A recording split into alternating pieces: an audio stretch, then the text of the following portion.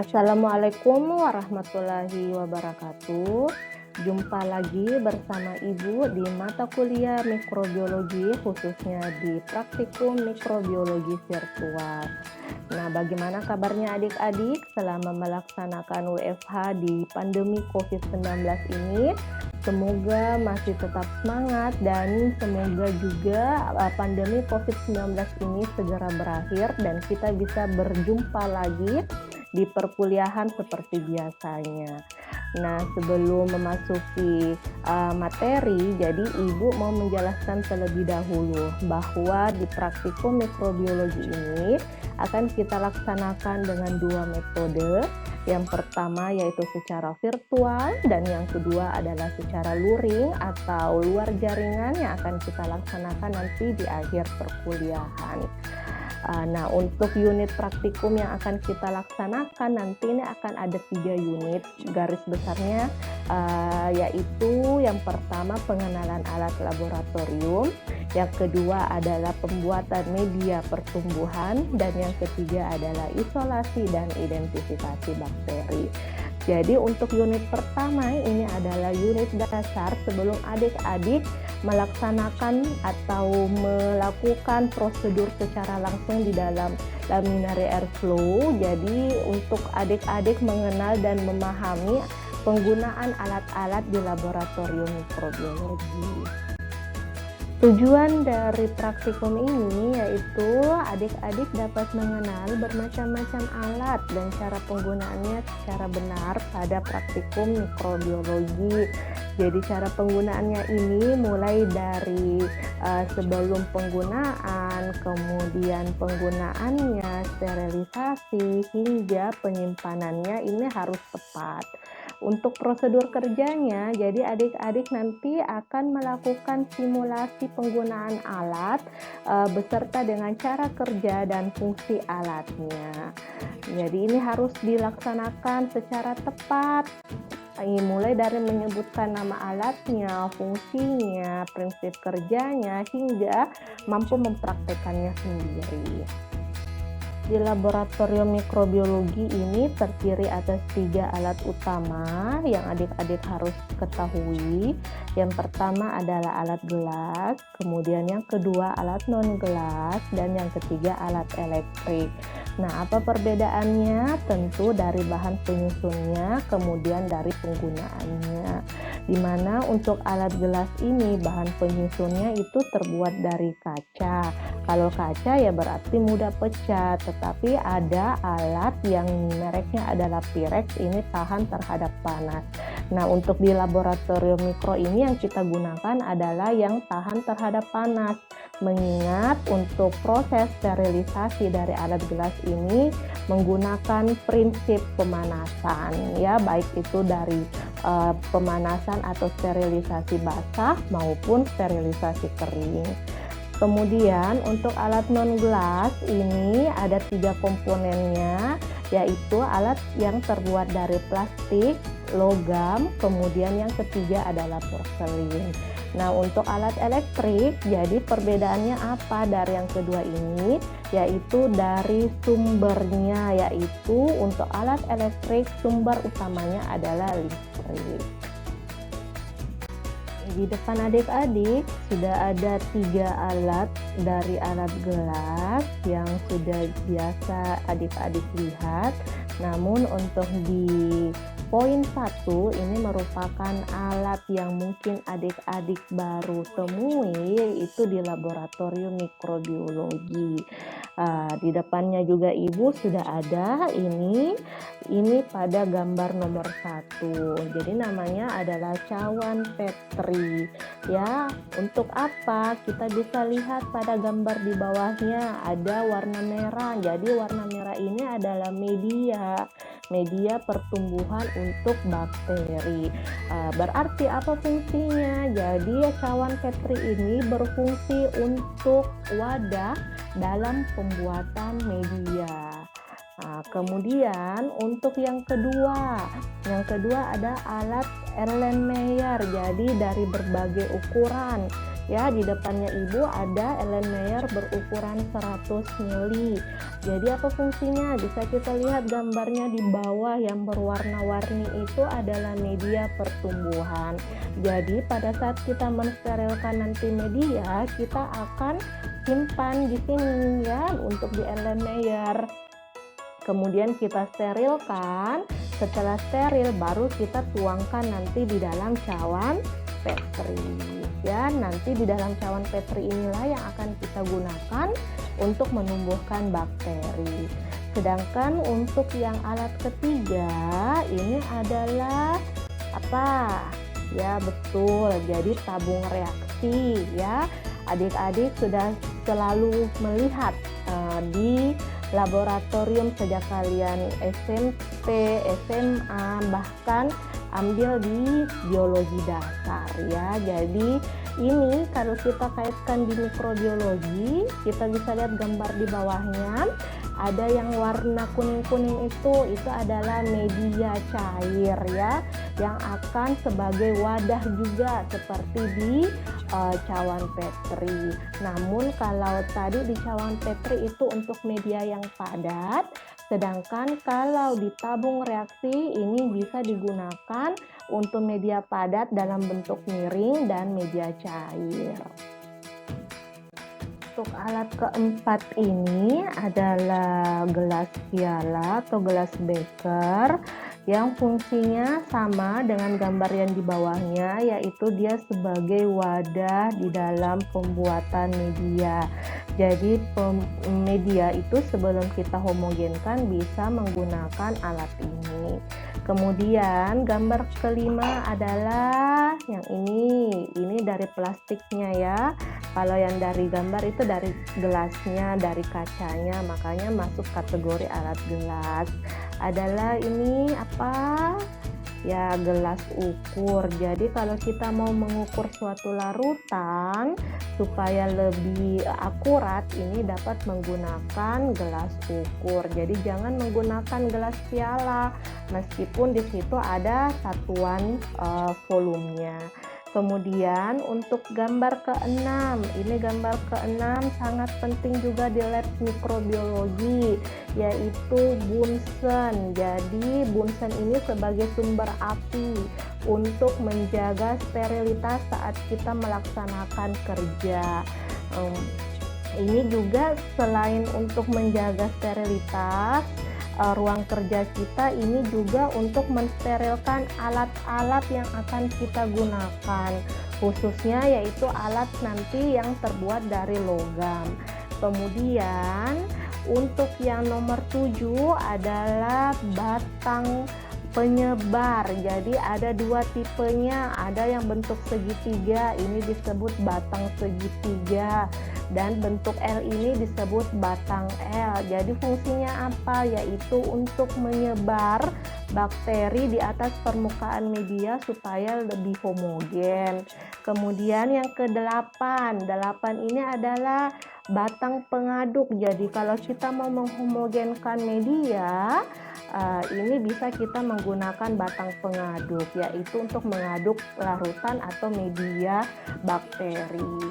Sedangkan yang ke-9 adalah tabung Durham. Jadi kalau kita mau menguji fermentasi dari mikroorganisme, apakah menghasilkan glukosa, fruktosa, ini bisa kita menggunakan tabung Durham. Jadi tabung Durhamnya nanti kita masukkan di dalam tabung reaksi yang telah berisi media. Ibu akan tunjukkan bagaimana penggunaan alat-alat gelas yang Ibu sudah jelaskan sebelumnya, di mana di depannya Ibu ada cawan Petri. Jadi adik-adik bisa uji coba di rumah ya, menggunakan alat yang ada penutup dan ada wadah bawahnya seperti ini. Kemudian ada tekniknya juga untuk membuka dan menutup, yaitu siapkan 3 jari di bagian bawah cawan Petri, kemudian di bagian telunjuk dan jempol ini bagian yang menjepit di bagian pinggir cawan seperti ini ya. Nah, setelah itu kita bisa membuka. Jadi yang membuka itu bisa jempol sedangkan yang telunjuk menahan. Jadi membukanya itu harus rata, tidak boleh miring. Kalau miring ya bisa saja mejanya tumpah atau terkontaminasi. Setelah itu medianya bisa kita tuang ya. Jadi ada media di cawan Petri, ini bisa kita tuang seperti ini. Kemudian ataupun bisa kita menggunakan yang dari tabung reaksi, bisa kita tuang seperti ini ya. Kemudian kita tutup kembali. Berarti yang aktif di sini adalah jempol dan telunjuk. Sedangkan yang 3 jarinya ini dia menahan di bagian bawah.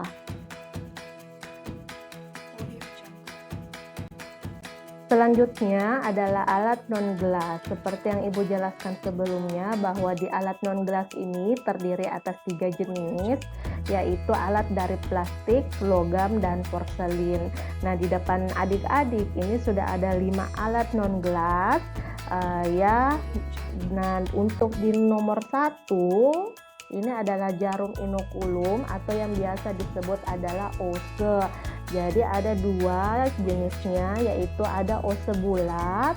Ose bulat kelihatan ya bahwa di bagian ujungnya ini ada lengkungan bulatan. Sedangkan yang ini adalah ose lurus. Jadi dia itu lebih runcing ya dibandingkan dengan ose bulat. Dari bentuknya ini terjadi perbedaan fungsi. Jadi untuk ose bulat ini fungsinya untuk menyebar bakteri di atas permukaan media supaya lebih homogen.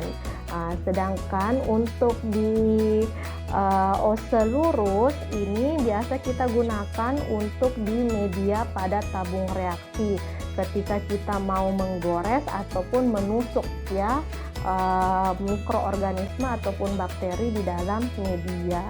Sedangkan yang kedua ini adalah pipet mikro. Jadi kalau adik-adik melihat nomor 4 ini adalah pipet tetes ya. Apa perbedaannya? Kalau kita mau mengukur suatu volume larutan yang berukuran mikro, ini kita menggunakan pipet mikro pada nomor 2. Sedangkan kalau kita mau mengukur suatu larutan dalam berukuran besar seperti 1 tetes, 2 tetes, bahkan 1 mili sampai 10 mili, ini bisa kita menggunakan pipet tetes, tetapi pemindahannya itu berkelanjutan atau berentetan ya.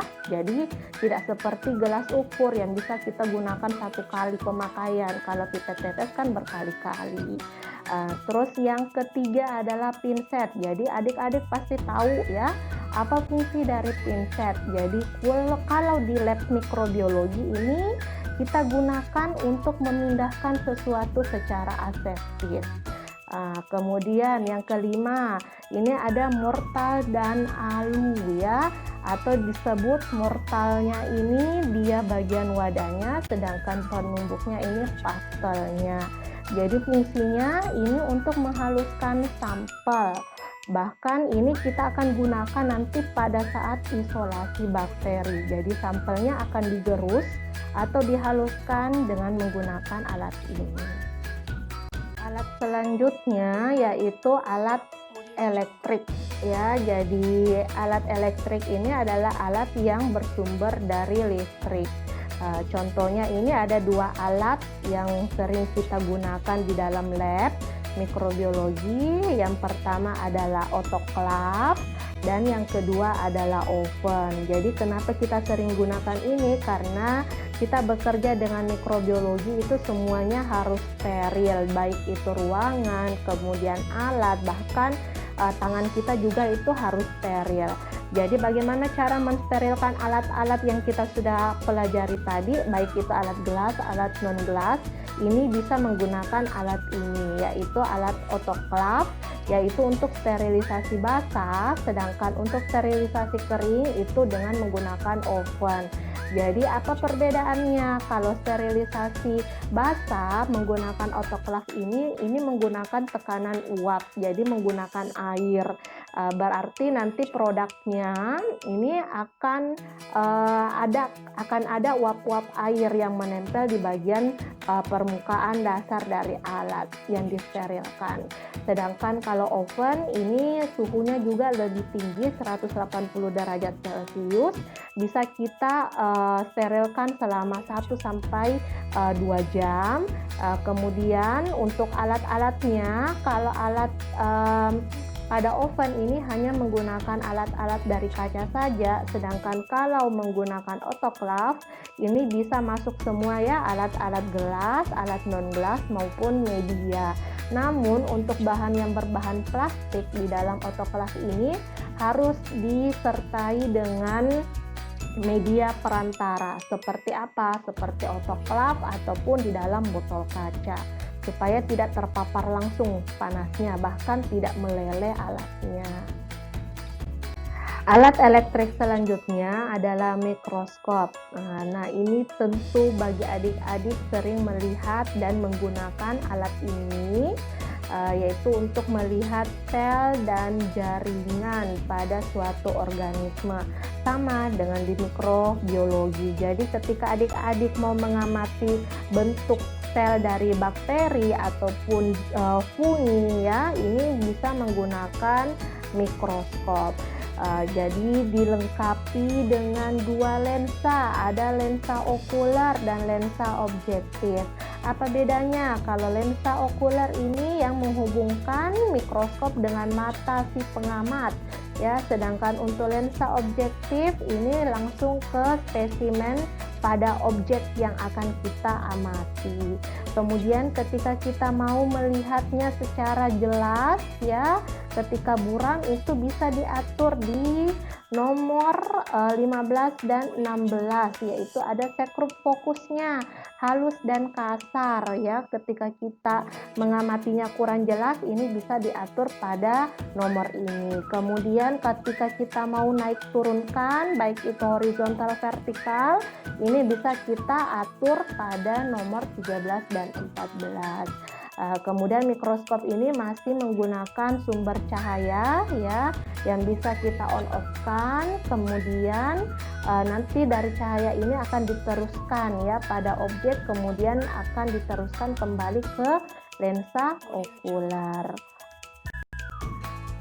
Alat elektrik yang lainnya di sini ada 5 alat tambahan. Yang pertama itu hot plate. Jadi fungsinya di sini untuk memanaskan media. Ketika tadi kita sudah membuat media dan ingin menghomogenkan, ini bisa kita letakkan di bagian hot plate supaya bisa mendidih ya. Jadi medianya itu bisa homogen. Kemudian yang kedua, timbangan analitik. Ini juga sangat penting di dalam pembuatan media untuk menimbang bahan ataupun media-media yang akan kita gunakan. Kemudian yang ketiga yaitu inkubator. Ketika kita ingin menumbuhkan bakteri, ini bisa kita simpan di dalam inkubator. Nah, proses dalam menyimpan inilah yang disebut dengan inkubasi. Kemudian alat selanjutnya adalah shaker. Jadi ketika kita menumbuhkan bakteri di dalam media cair, ini harus kondisinya dalam kondisi homogen, yaitu kondisi oksigennya sama ya, temperaturnya sama. Ini bisa kita atur di dalam alat namanya shaker. Jadi dia men-shake ya, menghomogenkan media sampai bakterinya bisa tumbuh. Ini biasa kita lakukan untuk mengetahui fase pertumbuhan dari bakteri. Alat selanjutnya adalah centrifuge. Jadi ini alat fungsinya untuk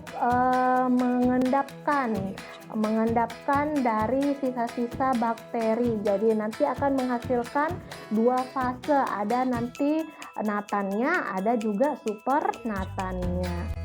Ya, alat elektrik untuk tempat kita bekerja atau disebut dengan jenis ruang di dalam mikrobiologi.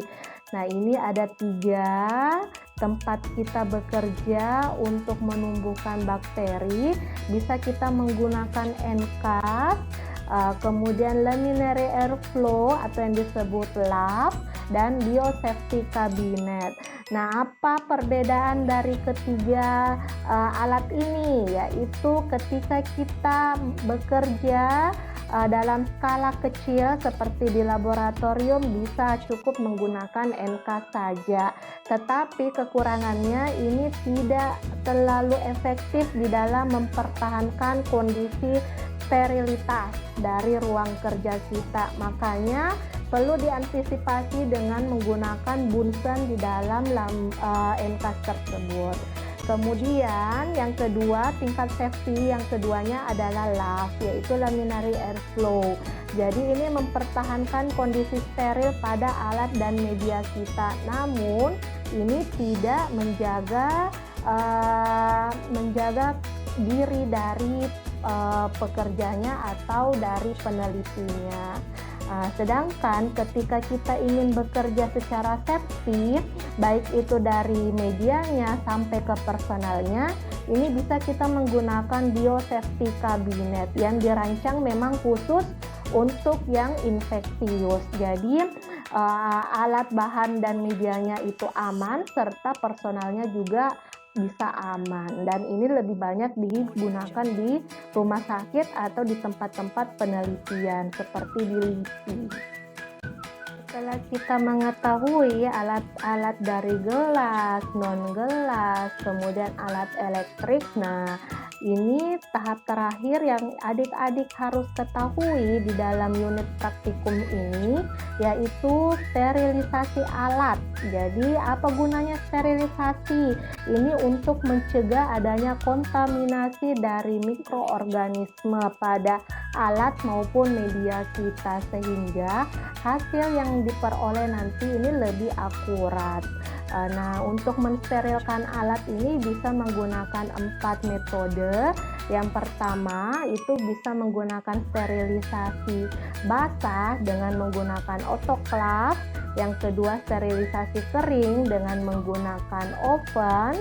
Kemudian yang ketiga, dipijar apikan dengan menggunakan Bunsen. Ini khusus untuk alat-alat dari logam. Jadi tidak perlu kita masukkan ke dalam autoclave maupun oven ya. Pada saat penggunaannya setelah kita menggores bakteri, ini bisa langsung kita pijar apikan di atas Bunsen. Sedangkan untuk alat-alat plastik maupun porselin ataupun tangan, ini bisa kita sterilkan dengan alkohol 70%. Jadi fungsinya semua sama, yaitu untuk mencegah kontaminasi. Demikianlah materi dari praktikum virtual unit 1 tentang pengenalan alat laboratorium mikrobiologi. Nah, Ibu harapkan melalui video pembelajaran ini adik-adik lebih paham dan mengenal alat-alat yang akan kita gunakan nanti di praktikum secara luring. Selanjutnya adalah mengerjakan soal respon. Di sini adik-adik wajib mengerjakan 5 soal, kemudian mengirimkannya di email Ibu ataupun melalui Google Classroom tergantung kesepakatan dari adik-adik sekalian. Nah, untuk unit berikutnya mengenai pembuatan media pertumbuhan bakteri, ini bisa Ibu share nanti untuk di pertemuan selanjutnya. Oke, untuk unit hari ini bisa kita akhiri. Lebih dan kurangnya mohon dimaafkan. Assalamualaikum warahmatullahi wabarakatuh.